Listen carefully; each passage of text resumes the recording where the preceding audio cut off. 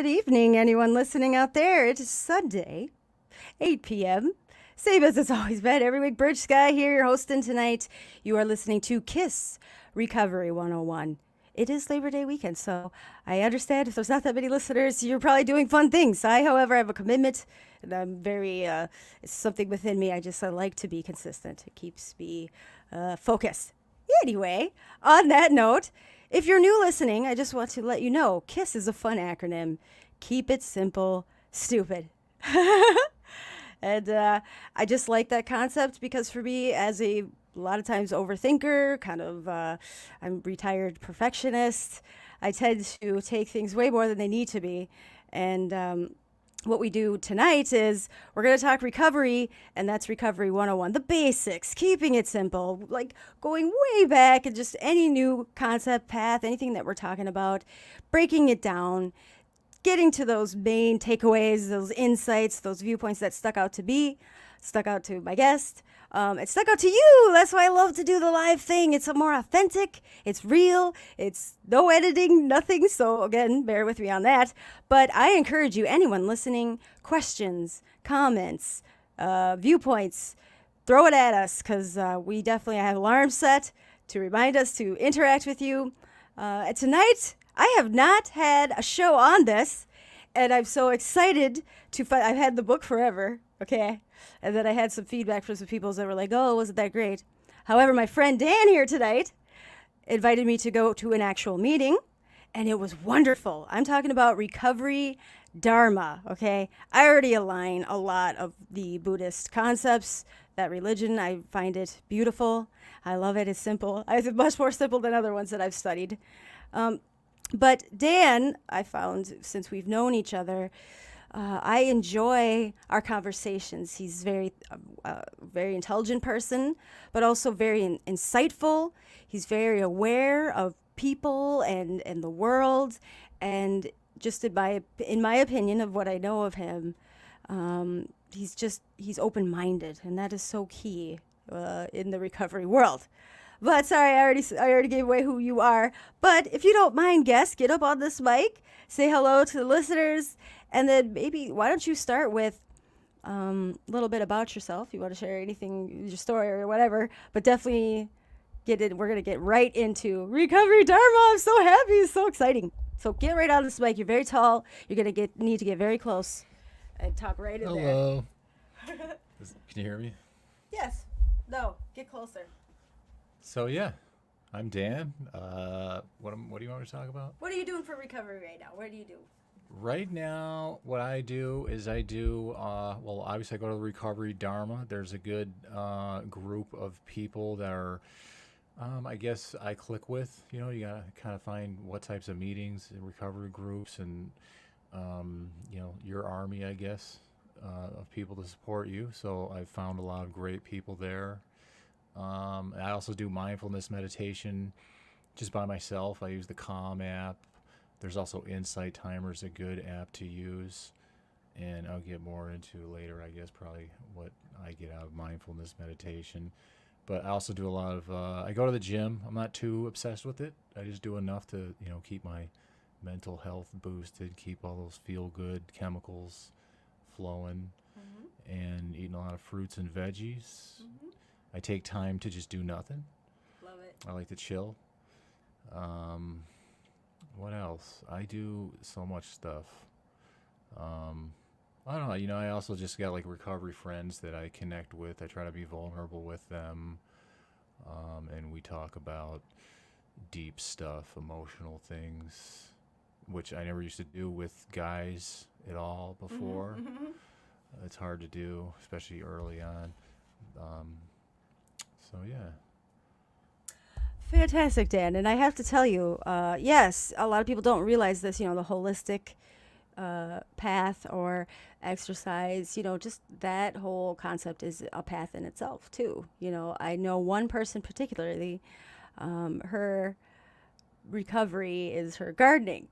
Okay. I mean, she has support meetings that she goes to, but like she's found this meditative, I would say, way of living is gardening. And I just attended this really great training about we're the gardeners, what kind of gardener are you? Oh, it got really great to do this whole concept of, a lot of people's soils come in and they're not necessarily the best soils, they're damaged or they've got rocks in them or whatever. So, of course, I took it to another level and I'm like, well, what if they're different plants too, right? And every plant, like real, plants need different things to grow, right? So same thing. And so, yeah, what's great about your journey is it's your journey, and you can have multiple paths to get on your journey there. And again, this Recovery Dharma, I'm so glad that I attended. So let's talk about how you, okay, first let me, okay. So anyone listening, if you didn't read the post, I'm going to read the post. It says, the path known as Recovery Dharma is a peer-led movement and community that is unified by our trust in the potential of each of us to recover and find freedom from the suffering of addiction. They believe that traditional Buddhist teachings, often referred to as the Dharma, offer a powerful approach to healing from addiction and living a life of true freedom. This 12-step recovery path means empowerment and supporting each other as partners, walking the path together. Recovery is rooted in finding your own inner wisdom and individual journeys. So I grabbed that from, if you go to the World Recovery Dharma website.org, I did post that link. But there's a Twin Cities Recovery Dharma on Facebook group. If you get in that, it's fantastic. You guys, let's talk about that Dharma Jam. What was that about? That's pretty cool. So what was that? Do you know who even initiated that? And just your experience with that. What was that about? Sure. So yeah, the Dharma Jam is kind of like, I don't know if you've been to other recovery groups. They'll sometimes do a dance or they'll do a barbecue or different types of things where instead of just a meeting, you're having more of a fellowship type of thing where people are getting together, having some fun. And in this particular case, this was, supposed to be a place where people bring their instruments and almost like a talent show type of thing, but less formal than that, where you can just come up and, play some guitar. Or so we had we had several different people, all of different skill levels. Some of them were really good. You know what I mean? Other people were more beginners, kind of just getting into music. But the cool thing about it isn't how good were they or anything. It was more the aspect of people being able to be vulnerable and just get up there and sort of be in the moment. And so it was just kind of a nice evening. And this was downtown St. Paul, Creator Space. Friday night. It was after the meeting, so that would have been about a little after 8 o'clock. And yeah. I'll go to the next one. Yeah. Okay, let's get into it. So one of the things that I got to tell you I had, I was a little stressed about, is the anxiety about right away. The beginning of that Dharma meeting I attended on Friday night, he let us know that we will be participating the first 20 minutes of quiet, silent meditation. Okay, that scared me a little bit because I do meditations, but initially just 2 minutes a day, that was good for me, but I got more deeper, longer ones with the guided meditation.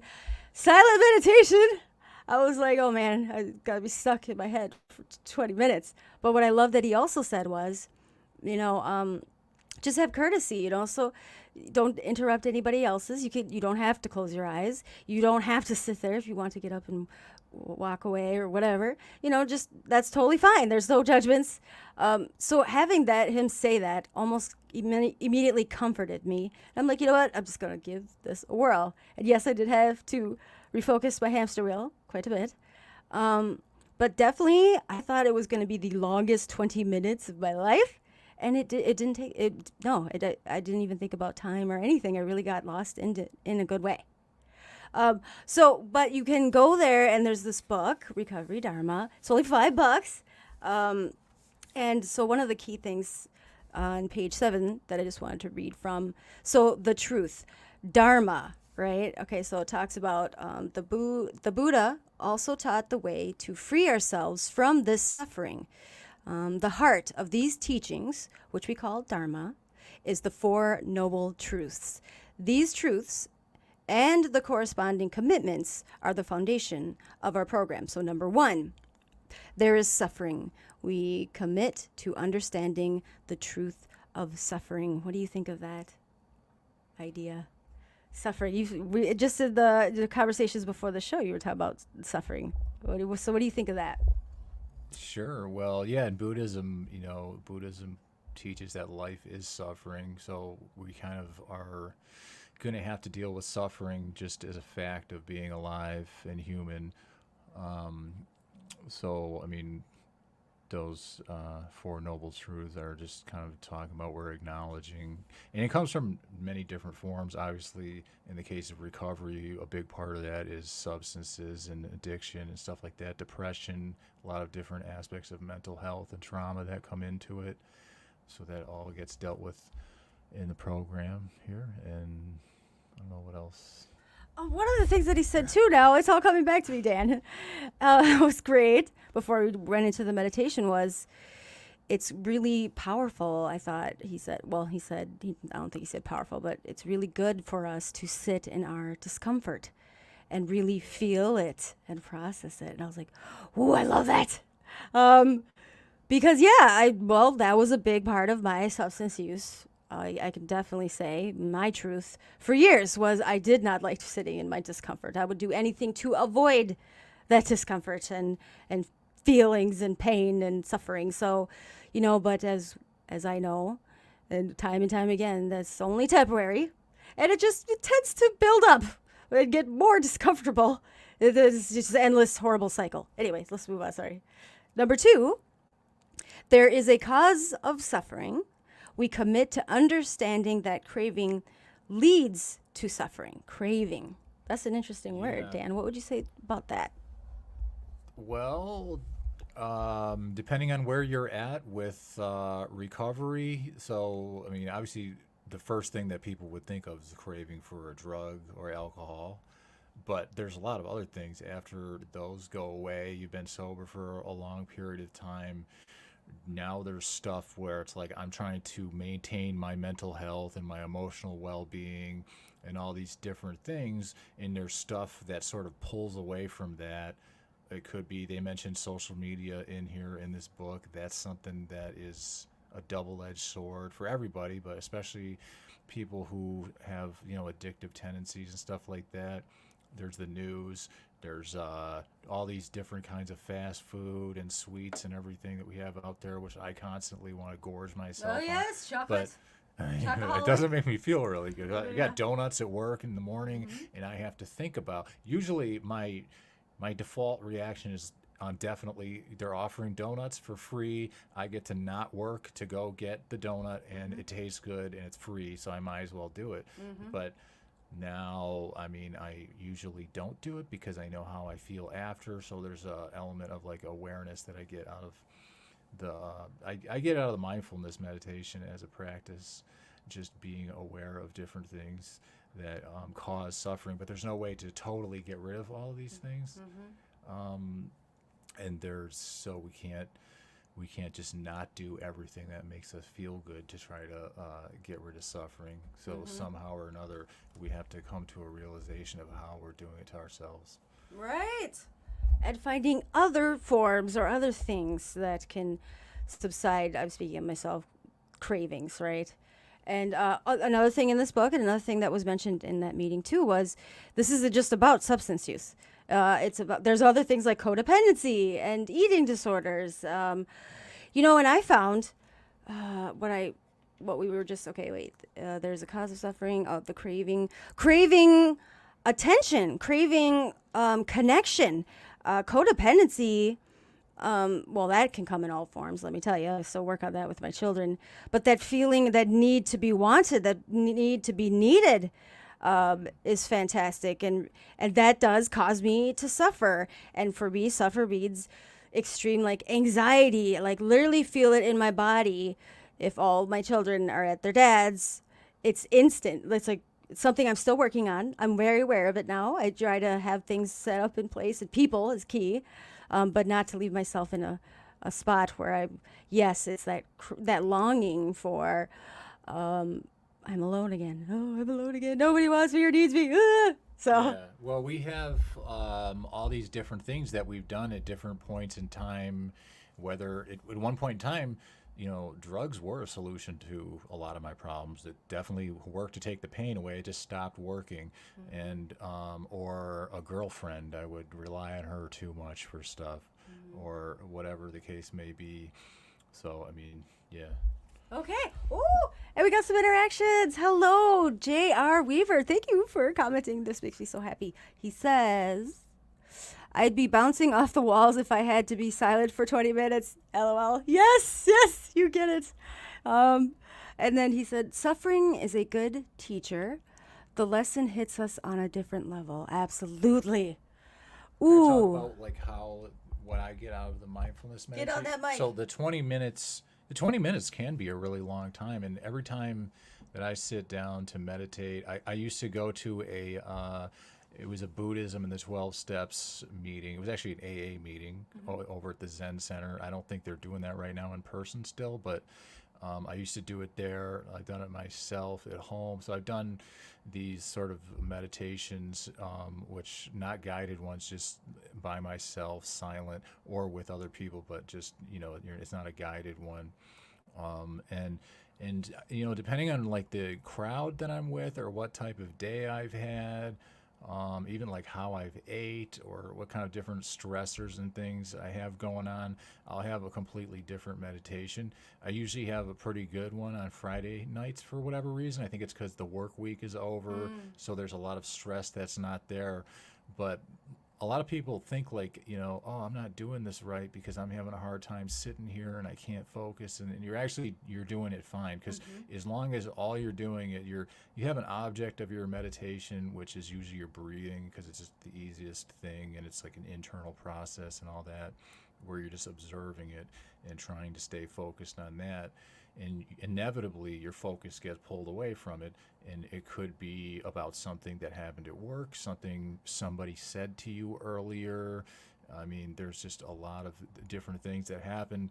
And so, like on this Thursday meeting I was going to, there was something about the social dynamic in the room or whatever that was sort of like causing me a lot of stress, and I don't know why, or not a lot of stress, but like enough anxiety where I was like, I can't focus, and I was having that problem. And so it did work. The meditation still worked, because otherwise I wouldn't have noticed that, because I would be anxious and tensed up and stuff like that and not even know. And I don't know why later on, hours later, I'm having like a bad day. So, I mean, it has put me more in touch with like what goes on in my mind, and that sort of causes me to have different feelings and stuff like that, so that I'm not seeking a way outside of myself to answer those problems, I guess. I love that. And that makes me think about, myself having years, almost 2 decades of use, okay? And then coming from a very toxic, abusive childhood environment, I am used to pain and suffering, okay? I repeat this a lot, but it is my truth. I'm so used to that miserable pain and torture and suffering within myself that it's almost comforting, okay? And so, but where I'm at today, unfortunately, though, it's something I have to keep working on daily. That's why I'm always doing something in Recovery Daily, is because I am not aware of it. Like it's so comforting in a sense that I'm so used to it that I won't even notice how quickly it builds up. And eventually, stuff will start coming to my attention, whether it's people outside of me or just physical pain. I'll get physical pain, but I'm so used to it and suffering. So what I'm really excited too about Recovery Dharma is that idea of being one with myself, quieting my mind, and really being aware of that discomfort and what am I doing with it. So in another group, social group, they always say, feel those feelings. It's something similar. Oh, do you like that? It's great, right? So that's our alarm. And that's just to remind us that we are a live show. Oh, J.R. Weaver is all the way from Costa Rica. What up? Ooh, I'm jelly. What's up? And let's see. He says Recovery Dharma and Refuge Recovery. Oh, Refuge Recovery. That's the one you were just talking about It's before Noah the show. Levine one.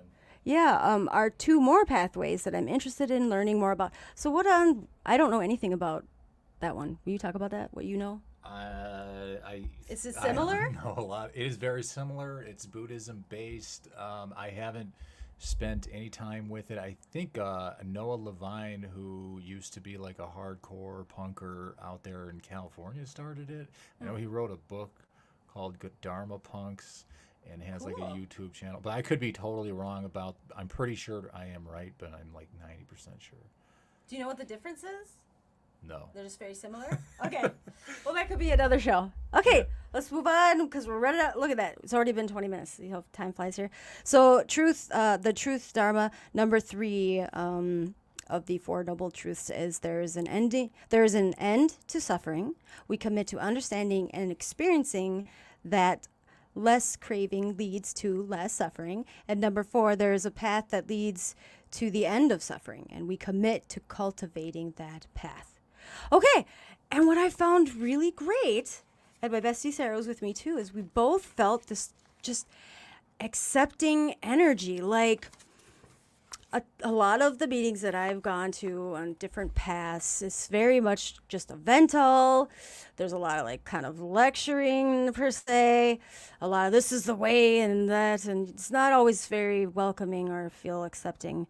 Where just this is one meeting in person that I've done here, so I'm just basing it off that. But it was just this open, like felt happy that we were there. Or okay, I won't say happy, but definitely not. Ooh, who are these new people? I've gotten that vibe before. But just open to, and yes, people. It was easy to be vulnerable there, and it was like this unified little group of we're all immediately like there to understand and comfort and just get it all out in a sense of could totally just no masks. I did not feel guarded. I know, initially coming there I felt guarded just with new people in general, but like as soon as I sat down and there's the pink salt wall thing and the just sitting on the mats and just everyone, it was a good energy in that meeting. So okay, I do have a clip, and here's the funny part. It's very it's not about Recovery Dharma. However, the message in it, I'm only going to play 3 minutes, is full. You can catch it on YouTube.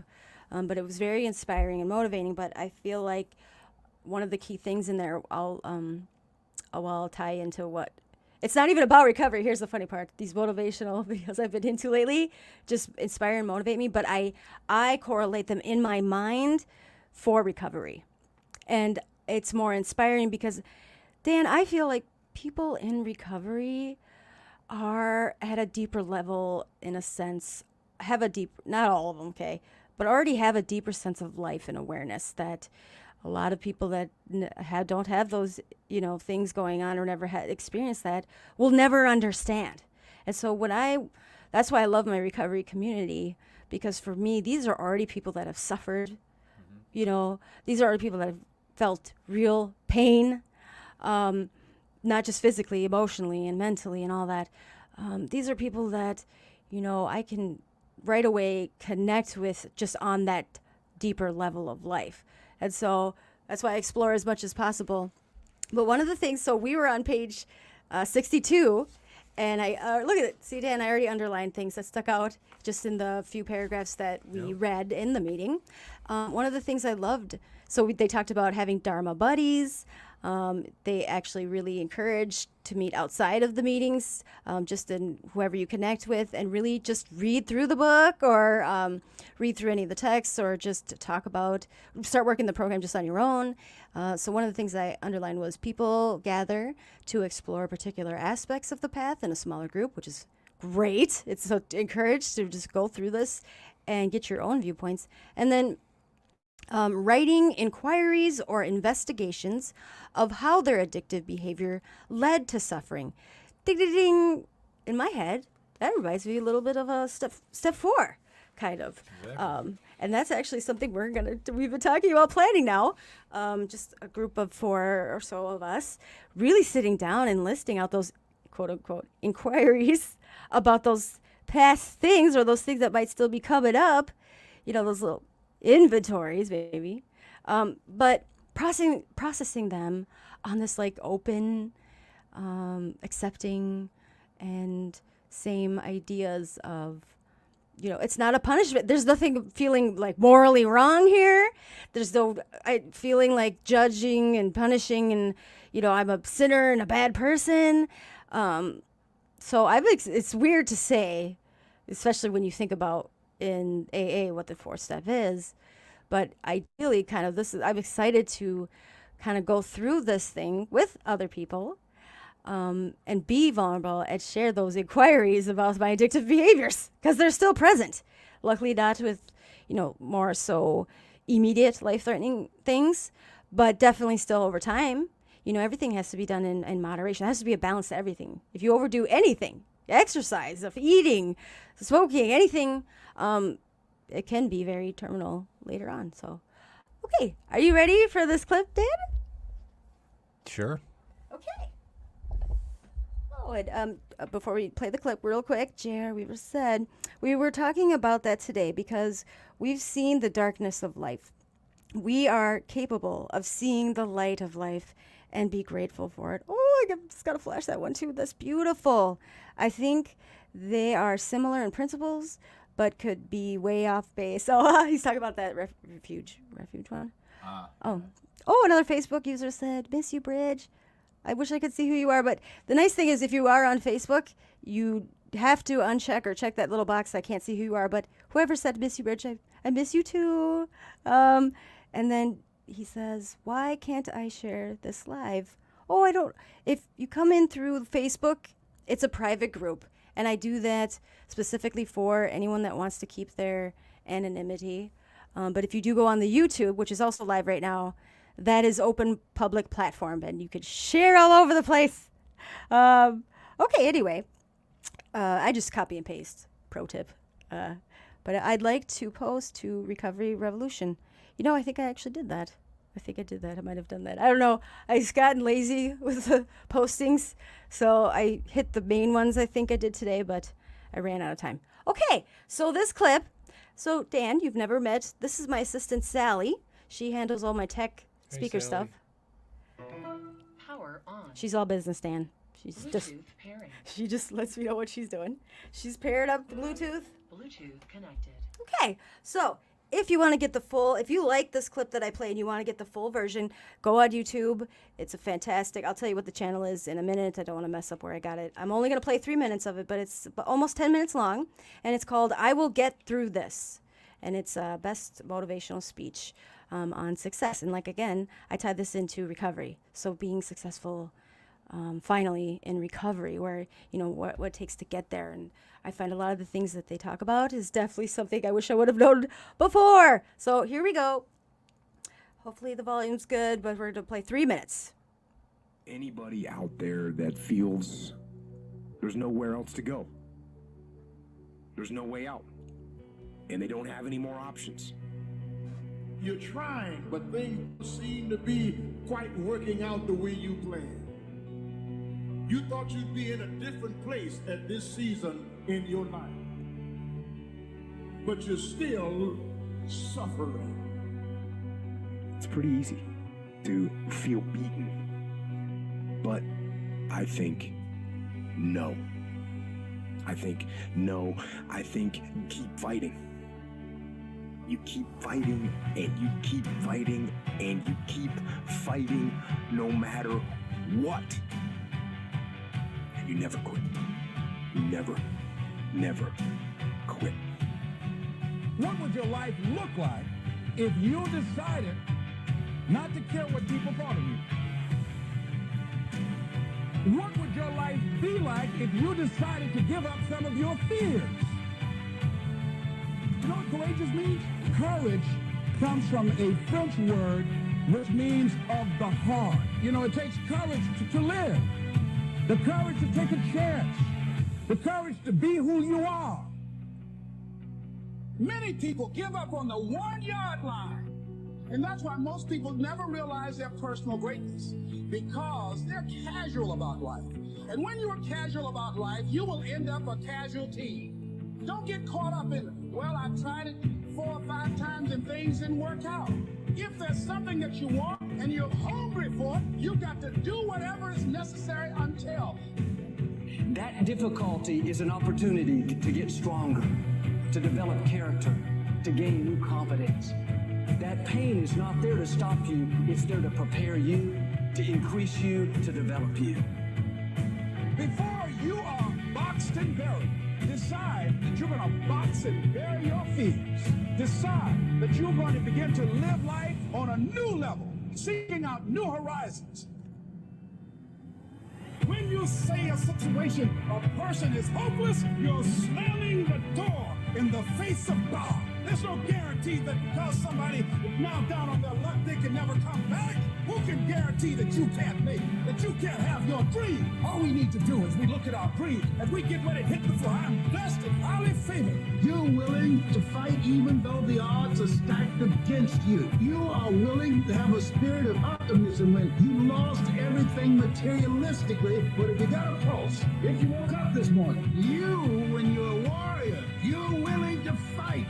You fight and you either win or you die trying. Oh my goodness. Wow. Whoa, there's a lot of things. I mean, they talk about what courage, that meaning was. I love if you're casual about life, you will just be you could just be a casualty. But there was a big thing in there. But I'll let you go first. What would you say stuck out? Well, one of the things I was thinking about in there was like, in recovery, I picked up things where it's considered to be a discipline, like music, or you're disciplined with you going to the gym. I mean, so I started doing those things, and I just want to give up on things, and but yeah, you really. One of the things I was thinking about earlier today is that I used to look towards other people to believe in me, and if they didn't believe in me, then I wouldn't believe in myself either. And then I realized you really have to believe in yourself. And there's a lot of things where, anybody could do it, but it's going to require a lot of effort. It's going to require belief in yourself, and it's going to require some faith that committing to a process, like with music, practicing every day, learning more about songwriting, learning different scales and things, whatever, you can sort of grind away at it. It's really boring. It's like an arduous process. Sometimes you're feeling uninspired. You have bad days, but that's been something where I've set a goal on it, and I'm still pretty awful actually at music, but I mean, I'm way better than I was. So I see the progress. And the gym too is another thing where, I'll put, I'll put I do a lot of running, but I want to do more, and I'm still not at where I want to be because I have this kind of, can I swear on here? Yes, it's I have a perfect or fuck it problem, just like everybody else. Mm-hmm. And I just want to be where I want to be at now, and I'm not willing to put the effort in to get there, really. I would like to just be in a flow with the gym, lifting 3 times a week, doing some cardio and looking good and feeling great. But it's cool because I feel like addiction is the opposite of living. It's checking out, and I didn't have the courage to kill myself, but I was willing to go that far with self-destruction and sort of into escapism, and then certain things like exercise or putting effort into a hobby like gardening, like we were talking about earlier, is sort of the essence of living, because you're putting pure effort into something. So that kind of made me think of that, but very motivational. Yeah. And I guess I don't remember exactly specifically how he said it, but he said, pain is, I had to look at this pain that I suffered and all these things, awful experiences that I had to go through and survive. I used to wallow in that, and I used to be very very depressed and feeling like a victim, and I was a victim. Okay, let's get that straight. But I found my strength in the fact that I realized once I started to use that as an opportunity to be oh man, I did survive this. Okay, so I must be pretty strong. People are telling me they're pretty strong. When I finally started sharing some of my story, I found that I was connecting instantly with new people coming in because a lot of people, like myself, felt like I was alone. Like I was alone in this, pain and misery. But he said something like, that pain, here's what worked for me anyway. It was put in my path for a reason. The universe or the source or higher power, whatever, that my creator put that, it was there because nobody else would have been able to survive that. It was there. I definitely I really don't believe in, I don't have regrets because where I sit today, I actually love myself. I really like myself finally. And I wouldn't be who I am today if I didn't go through all that. And I find that the way that I was able to finally put a light into all that darkness was I can use my light to pull other people out of that darkness and know that they're not alone. And that was kind of a beginning of finding purpose and intention in a life worth living, Does that make sense? I just went off a tangent. Yeah, no, I mean, I had the same experience where I started feeling better. I started to be connected with people. I started to enjoy life a lot more. And I realized how difficult and what a winding path it was. So I wanted to help other people and give back. So that's why I took the CPRS training. Yes. Great class. Got a lot out of it. Haven't taken the test and started doing that yet, but I plan to. So, yeah.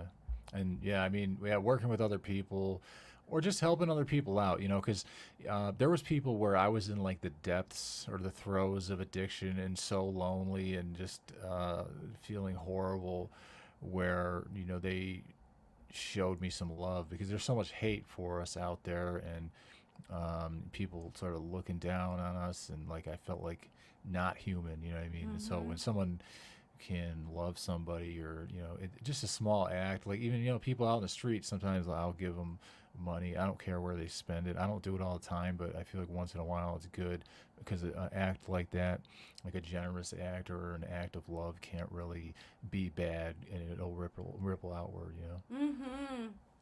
Oh, absolutely. And when you say that right away, I got 3 faces, and it could have been a simple gesture, it could have been a simple conversation, but that in my darkest of dark times made me feel like, okay, somebody cares. Somebody acknowledges that I'm existing. And it made me feel like a little bit of like hope because when I was doing this thing alone and, I had a lot, still to this day, honestly, there are those fuck it moments. Let's talk about driving, okay? That's where my dark side comes out. I don't encourage you to be a passenger. Cuss it and all that, but now I have these beautiful recovery paths that I will pull out from wherever, because I find that like religion, but like different recovery paths, different methods, everyone's a unique person. Okay, in one of the rooms they always say you're not a unique person. It kind of sounds negative, but what they mean it to be in a positive way, like you weren't unique in a sense of you weren't the only one, suffering that. We want you to know you're not alone. I wish they'd say it more like that. A lot of the people that say it in the room say it in a you are unique or special. Yeah. It's not like, that's how it comes out. Yeah, it does. But how I try to put it out there is like how it should be presented, and that's how I took it originally negatively, is right. We're not unique in that sense. That's what brings us together, all walks of life. All people come in, you just like, wow, never expected that. But that does unify us. However, we are, and that's what I love, if you take the training, okay, that 1 week beautiful training, it can really open your eyes, and I've seen it change people. It changed me. But to realize that we are unique individuals. No one has walked in your shoes. No one has ever specifically walked in your shoes and perceived things the way you have and embraced things the way you have or gone through those things that you have. So everyone, like a plant, I'm bringing it back together, needs certain sunlight at certain times and needs certain soils and certain, plants love being talked to in a loving manner. They're going to grow the way they're going to grow. Right. Yes. And so you got to be able to, understand them, read their directions, and start to. It's hard when the plant won't let you do that, right? If a person doesn't let you in at all. But yeah, I find that you sing to your plants or talk to your plants, they're gonna grow very well. I'm not speaking. My friend does that, right? Okay, I'm talking about my friend. But if you talk, I've seen actual science tests where if you are mean and talk down to your plants, they will die. It's very scientifically proven. I wouldn't do that.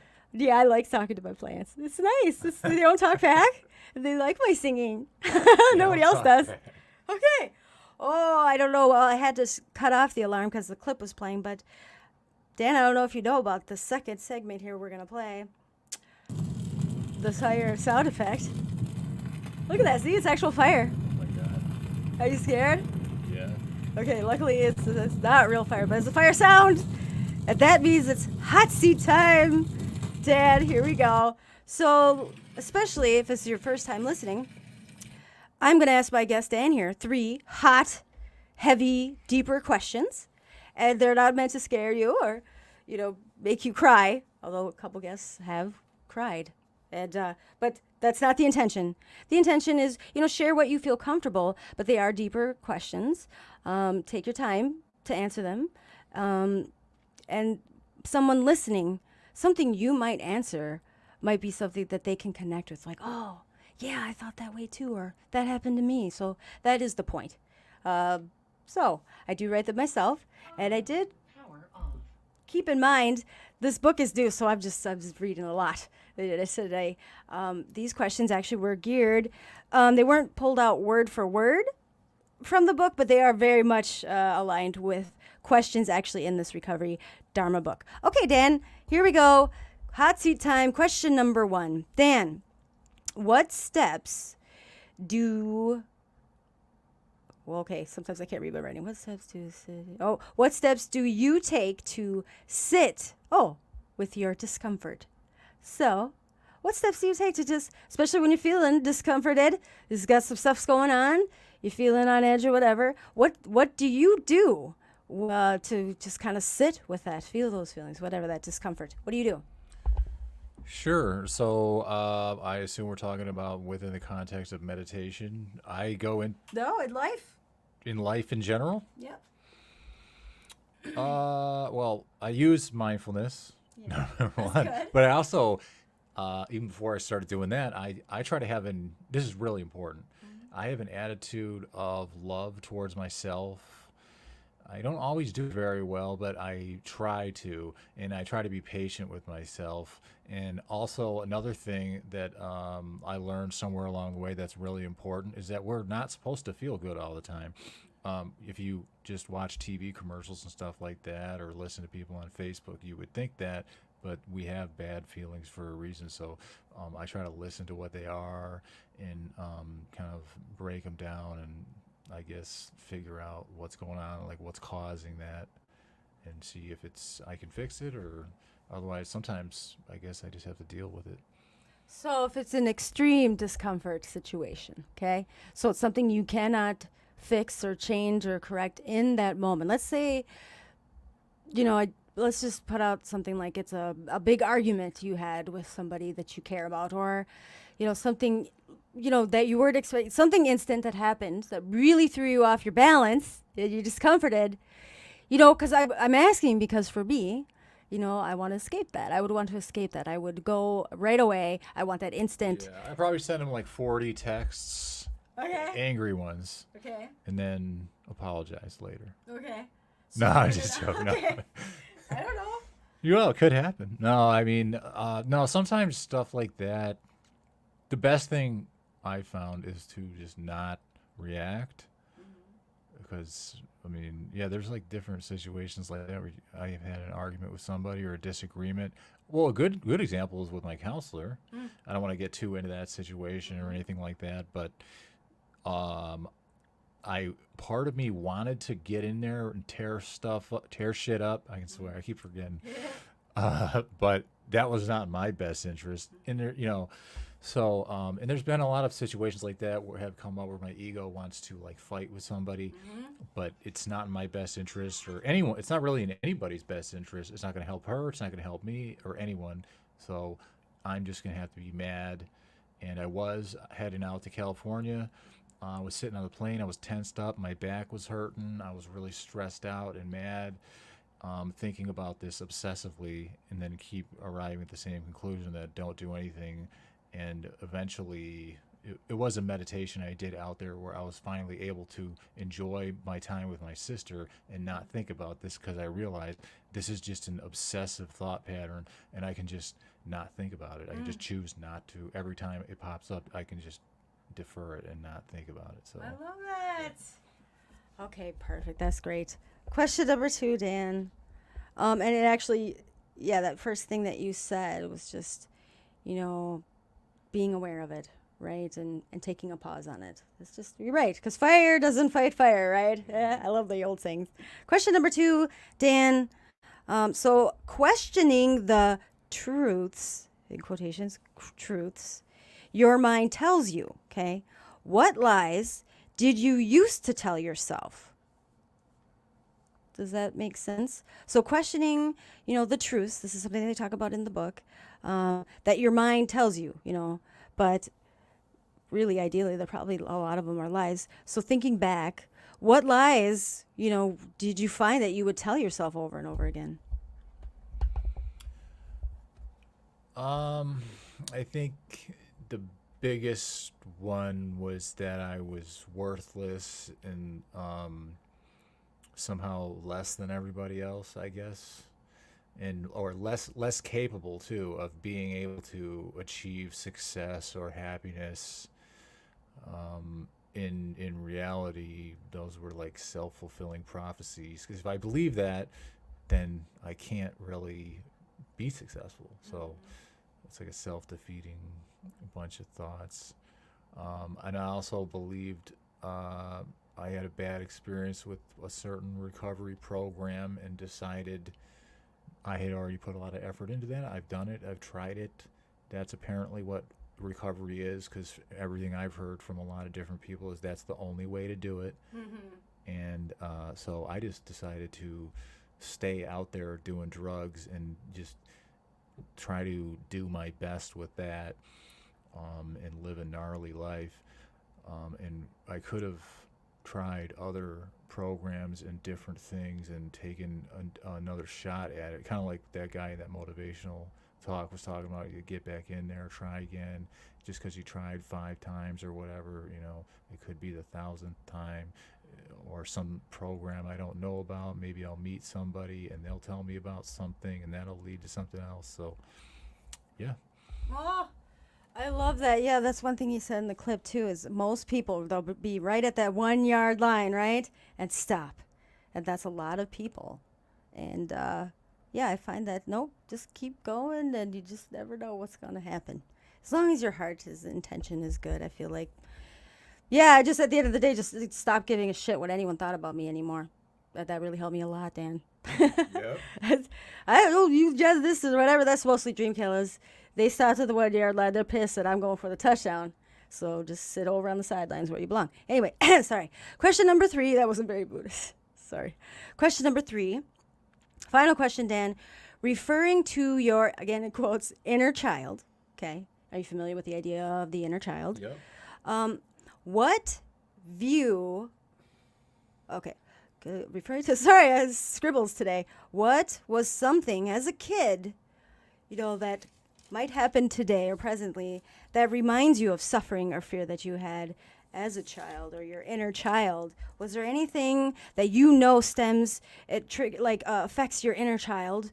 It's probably something from the past that still affects you today. Do you know what I mean? Sure. Yeah.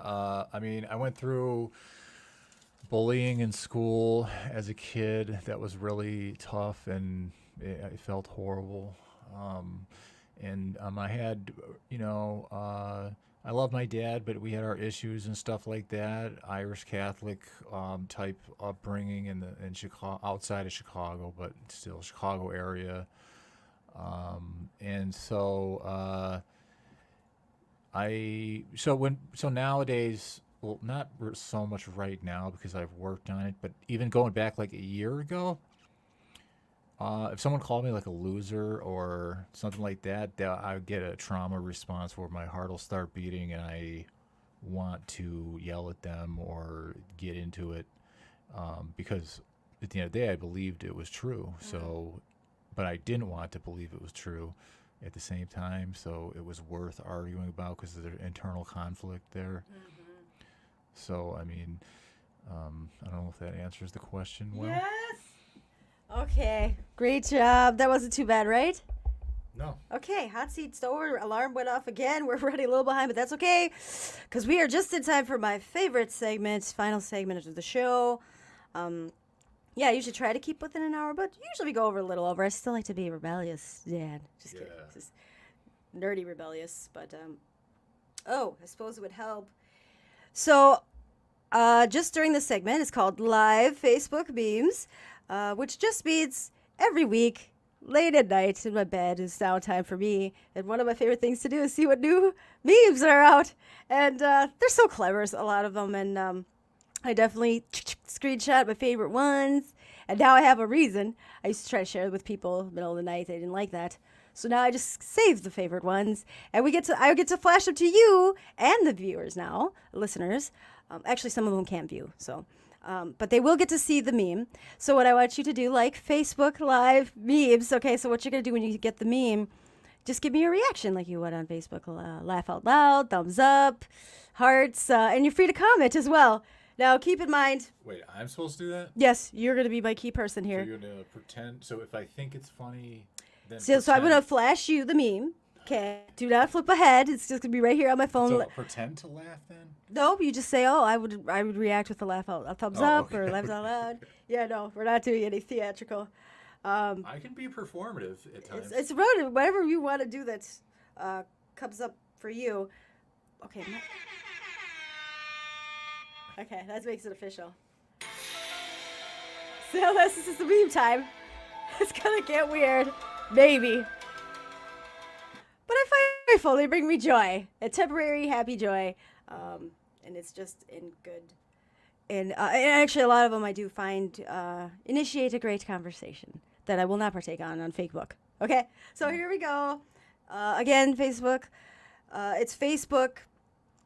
If you're interacting with us, any comments right now, I will not be able to see them until after we will check in.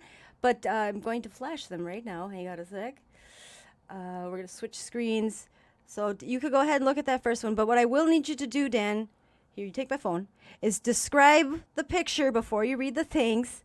And if you don't get it, it's okay. That kind of happens a lot. I know it's kind of unfair, but the listeners are now also going to see what you see. So meme number one. Dad, what do we got there? What's that picture of? So this is a picture of a snowy interstate highway where it looks like everybody got into an accident and one car is even on fire. And there's a guy in the foreground here, or a woman, maybe. On a cell phone. On a cell phone calling somebody, and it says, "Me calling my sponsor way too late," with the fire emoji. What do you think about that? Yeah, it's pretty accurate, I think.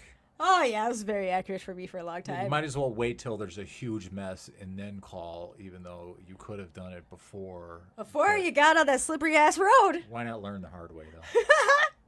Oh, yes. So it took a long time for me to realize this. I don't have to learn the hard way. I could just go off of some suggestions to see how that goes. Maybe call when I start to feel feelings or discomfort. But no, I did learn the hard way. And, honestly, there was many times when I had already made up my mind what I was going to do. I didn't call my sponsor on purpose because I knew she would talk me out of it. Oh, yeah, I've done that. So, yes, many times. But now, again, I encourage, and I do tell the women that I work with, I don't care wherever you're at with whatever you did or didn't do. I want you to call me at any point. So that helps a lot. They tend to reach out to whatever. Sometimes it's 3 a.m, but I always say I might not answer, but you leave a message, I will get back to you. This was just words. Well, actually, there's a little picture. Go ahead and describe meme number 2, Dan. Meme number 2 Looks like you're on the road. is what? It looks like somebody's on the road. Well, it's a truck that's on the road with a bumper sticker type deal saying, "If I am passing you on the right, you're an idiot. You're an idiot. What do you think about that? Do you do much driving in rush hour traffic? Well, trucks are typically supposed to stay in the right lane.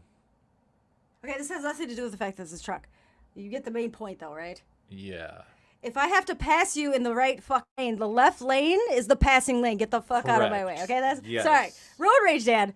It drives me insane when... Well, I'm from Illinois, so I'm used to going 25 over. Right. Just Yes, by Chicago. default. Oh, my gosh. So, I just people drove through get really Chicago mad once. at me up here. Yeah, it was insane.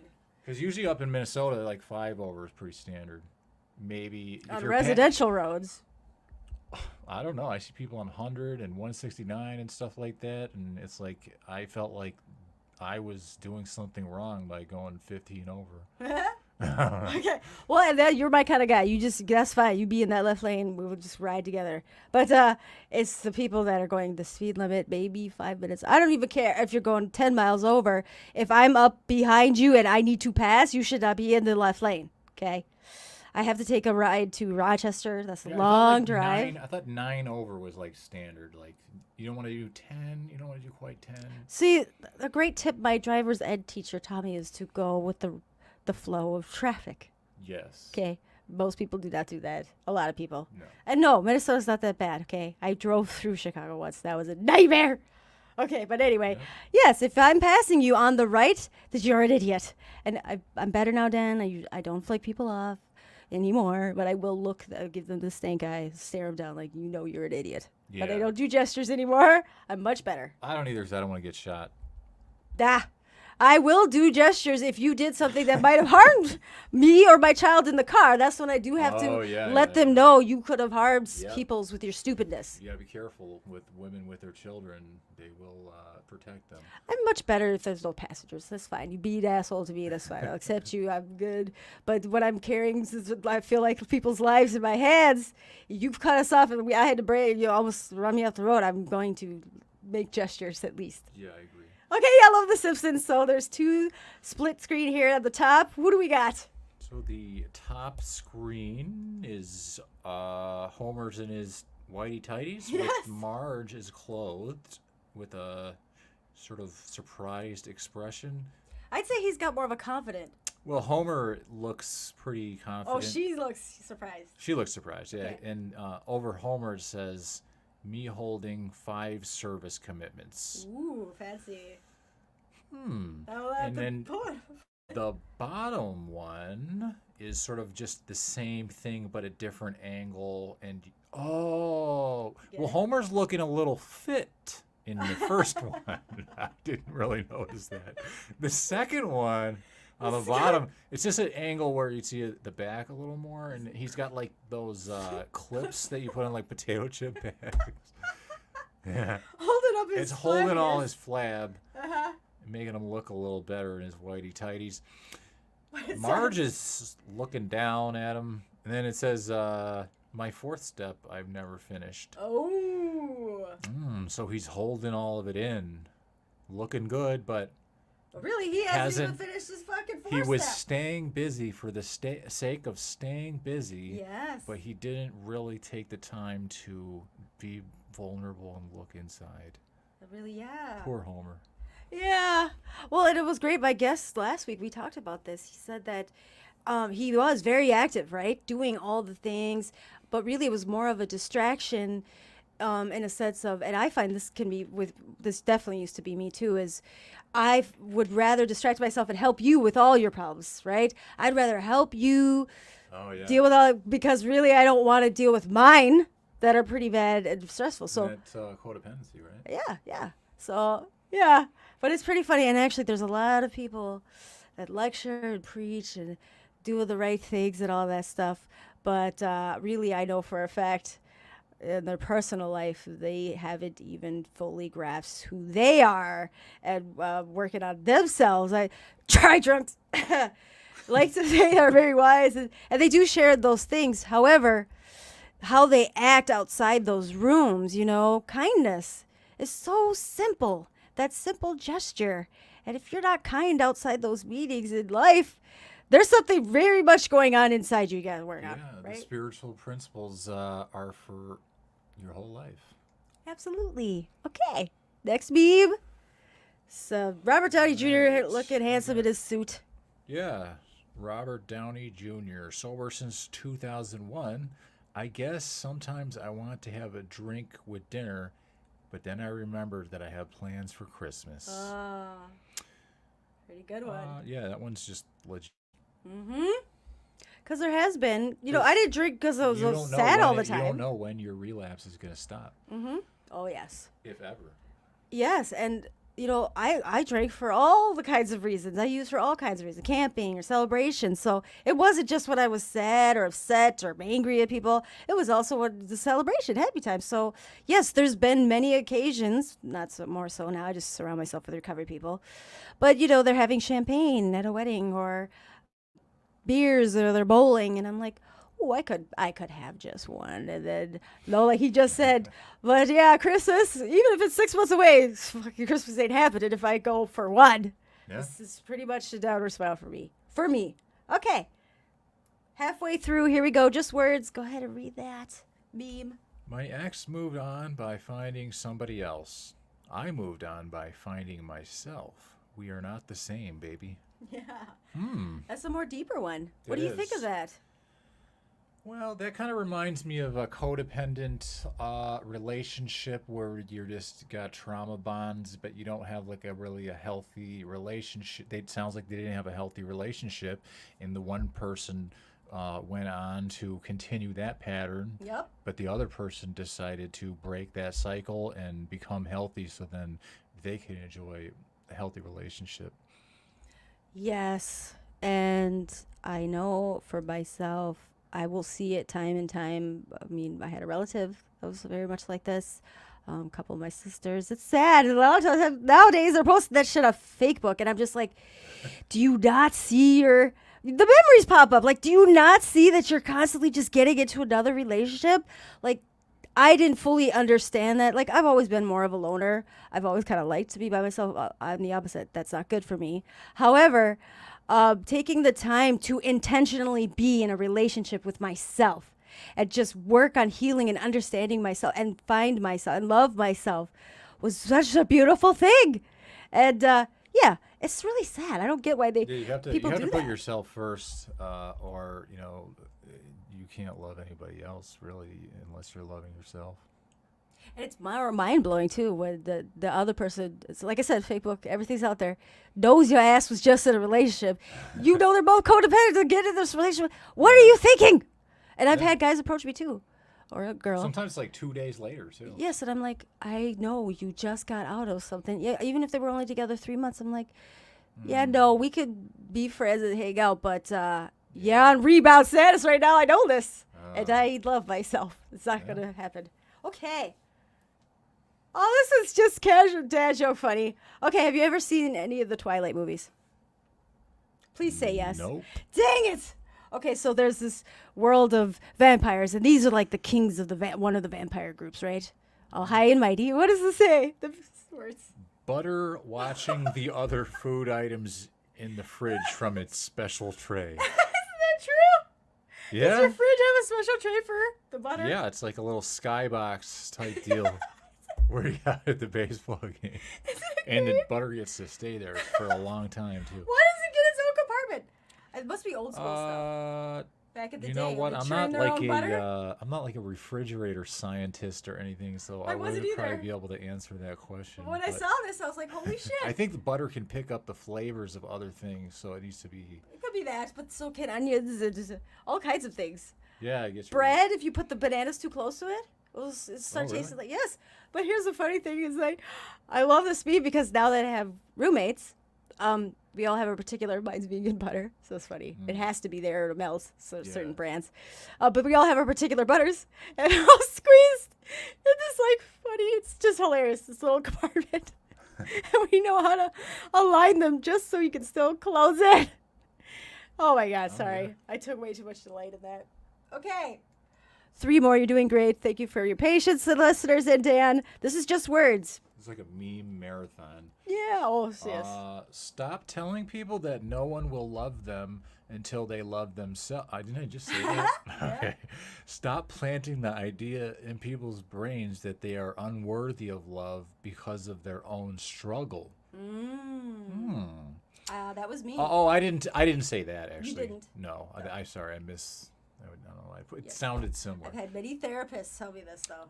Yeah, no, everybody's worthy of love, and I believe that every human being is equally as valuable. It doesn't matter. You're not more valuable because you have a nice car and a bunch of money, and you're not less valuable because you're all alone, struggling. Well, and here's the deeper life concept to me. It was very annoying. I had several therapists before I found my therapist that I still love today. Because they would say, you need to love yourself first or no one's going to love you. Okay, you sitting in your fancy chair with all your certificates, license and all that. I don't know if you've ever, when someone said that to me, I'm like, to me immediately, like I said, I was very defensive, walls up. I bet they've never experienced what it feels like to never fucking feel loved ever. Or for me, in my childhood, there was no I love yous in our house. No hugs and kisses. I never understood what love was until at the age of 22 and I had my son and I had this whole wave of, wow, it was like instant unconditional love. Like, this is what love really feels like? So for 2 decades of my life, if anyone would say that to me, well, you can't do that to you. Like, I don't even know how to love myself. I don't know what love is, motherfucker. So I like this idea of that. Instead of saying that, let's get to the root of what does love even mean to them? Where do they? Okay, really going into it. Yeah. It's an emptiness inside of there's you. There's at least an element to that because it's just brash though. Well, you don't want to tell people that. I don't believe that's something we should live by. But I think also there is sort of like this thing where people are out there, a lot of people are sort of like repulsed by someone who's unhealthy or just negativity. And they're like, I just don't want to deal with it. So there does have to be somebody there who's like, I'll be there for you. Because a lot of people won't be because they're just they want to go home and watch TV or just kind of be on Facebook and not deal with it. Right. Well, and that's the other thing too is like, yes, when I finally had good people in my life and they could say something like this to me, I wouldn't be offended where it sits today. However, I think what's off-putting about it too is it's already an assumption. It's already a judgment. You don't know what's going on inside of me. So a better way to, like, I think, plant that idea. That's what I love about the training and what I learned is, I might kind of already have these ideas, assumptions of whatever's going on, but guiding them in a direction to that where they can find that out for themselves. Simply asking, you're going on a date. That's cool. Like, so, okay, well, what do you like about this person? Or what's exciting about this thing? Or, asking some questions that just might make them start to reflect. That's what happened to me is Marcy's one great example. She'd say certain things to me, and right off the bat, I'm like, she don't know what she's talking about. Like, she doesn't know what I'm doing. And then I think about it, and I'm like, well, she's right. I have been going to meetings a lot more and avoiding going home. Boom, like the mind blown. Oh, I am avoiding a situation in my own home. But she didn't directly say, your relationship's toxic and you're avoiding hanging out with that person. Ooh, yeah. But see, if she would have said that, I would have been like, well, before. Okay, now I'm much better. But I would have been like, she's wrong. I'm going to make sure I'm home and make this work. Like, it's nuts, It's silliness. Okay, 2 more and then we're done. It's 9:09, so we're okay. I always go over a little bit. I don't know who that person is. It doesn't matter, but he looks very peaceful. Okay. In a where is he? Like background? He's in looks like he might maybe be in like Thailand or somewhere where there's like a rice paddy. It's right? Like pasture-y. Yeah, it's like a green, but it's field. Overcast. It looks like it's raining, and he's all wet. Says person. So you just look at memes all day instead of socializing? It says me. It's a peaceful life. Yeah, so he's all alone out in the middle of nowhere, rain. He looks like a wet dog. It was very peaceful. Yeah, so And that he's sums just me up he's pretty trying much. to reassure himself, even though he's not having a good time. Oh no, he's having a great time. Thank you very much, Dan. This is me. Yes, Yeah. I do. Some days I'd rather just look at memes all day and get funny people's concepts or whatever than actually deal with people. It's way more peaceful. Same here. There's no trauma. I can take my own take on it and leave it there. Yeah. Joy and That's okay. happiness. Yeah. Okay, last one. This one I usually always, whatever reason, gave me a aha moment. What do we have there? Beautiful scenery. This looks like in the fall in the mountains where there's some trees, where they're at the later stages of the leaves changing. What The does it tree. say? It says the trees are about to show us how lovely it is to let things go. By Unknown. Don't you love that? Yeah, I do. It's fall coming. Yeah, and in letting go is important. Mm-hmm. There's a lot of stuff that we need to let go of. Yeah, and fall, leaves, they change color. They're beautiful, but then, they fall away Yeah. and let go. And but before that happens, it's a beautiful thing, And then what? New growth comes, and yes, it's a beautiful way to let go. I hate when people would say, "Oh, you just gotta let it go." Fuck you. Yeah, well, they're trying to. We don't want. We're not people where we want anyone telling us what to do. Exactly. But I could tell you, Nailed what on the worked head. for me Right. in this situation is I let go of whatever. Yes, it's a beautiful thing. Yes, the trees are about to show us, and I just love this because fall's right around the corner here. We're in Yeah. September. Can you believe we're in September? The trees are about to show us how lovely it is to let There's gonna things be snow go. on the ground in like 2 months. Nope, I'm not allowing that. I'm gonna say it's gonna be one of those We have a blizzard on later, whatever, winters. I remember there was Minnesota. September, very much so. Remember, because it was still school time. It was like 80 or 90 degrees up until through October. It was miserable. Oh, that's what we need. Because I love fall weather. I like to wear all the layers. And I remember I had to bust out my shorts again. I'm like, what is going on? Not cool. Okay, well, Dan, thank you so much for joining. I know that you're not fully enthralled in Dharma yet. I know that I am not either. But that's the best piece is that now you're going to have to come back on when we get more in-depth. So we're going to have that session. I'm holding you accountable now. Okay. The Dharma buddies, you, me, Sarah, somebody, we're going to sit down, and I would love to go through this book. And I have a feeling when we re-listen to it and we go to the next, we do another show, it'll be great to see how we've grown, right? Yeah. Maybe sound more wise. Well, Probably won't be cussing as much. I thought I sounded pretty wise. You did, actually. I can tell know, you're I'm way just more a- experienced. I try to have a beginner's mindset. Yeah, and somebody explained to me, how to keep yourself in the present moment is really jump into things. I've been listening to Eckhart Tolle. I'm reading his new book. Like a child, like a baby. Throw yourself in that moment. Take in everything as it's new, and you're embracing it. And I've been trying to do that. Yeah. And even just driving to ease my... I've been driving a lot lately, can you tell? To ease my stress. I'm like, look how pretty the clouds are. And, oh, that's a cool car. Look at that. Just really being in the moment. Listening to music helps a lot. Okay. That's a wrap, folks. Thank you again. I hope you all had everybody should. Most people will probably have tomorrow off. Extended weekend for any parents out there. Good luck. I hope you get tomorrow. Guess what I have to do tomorrow? I still have to do more school supplies shopping. Fun. But yes, everybody enjoy the rest of this weekend. I hope you all have a great week, and I cannot wait to check in with you next week.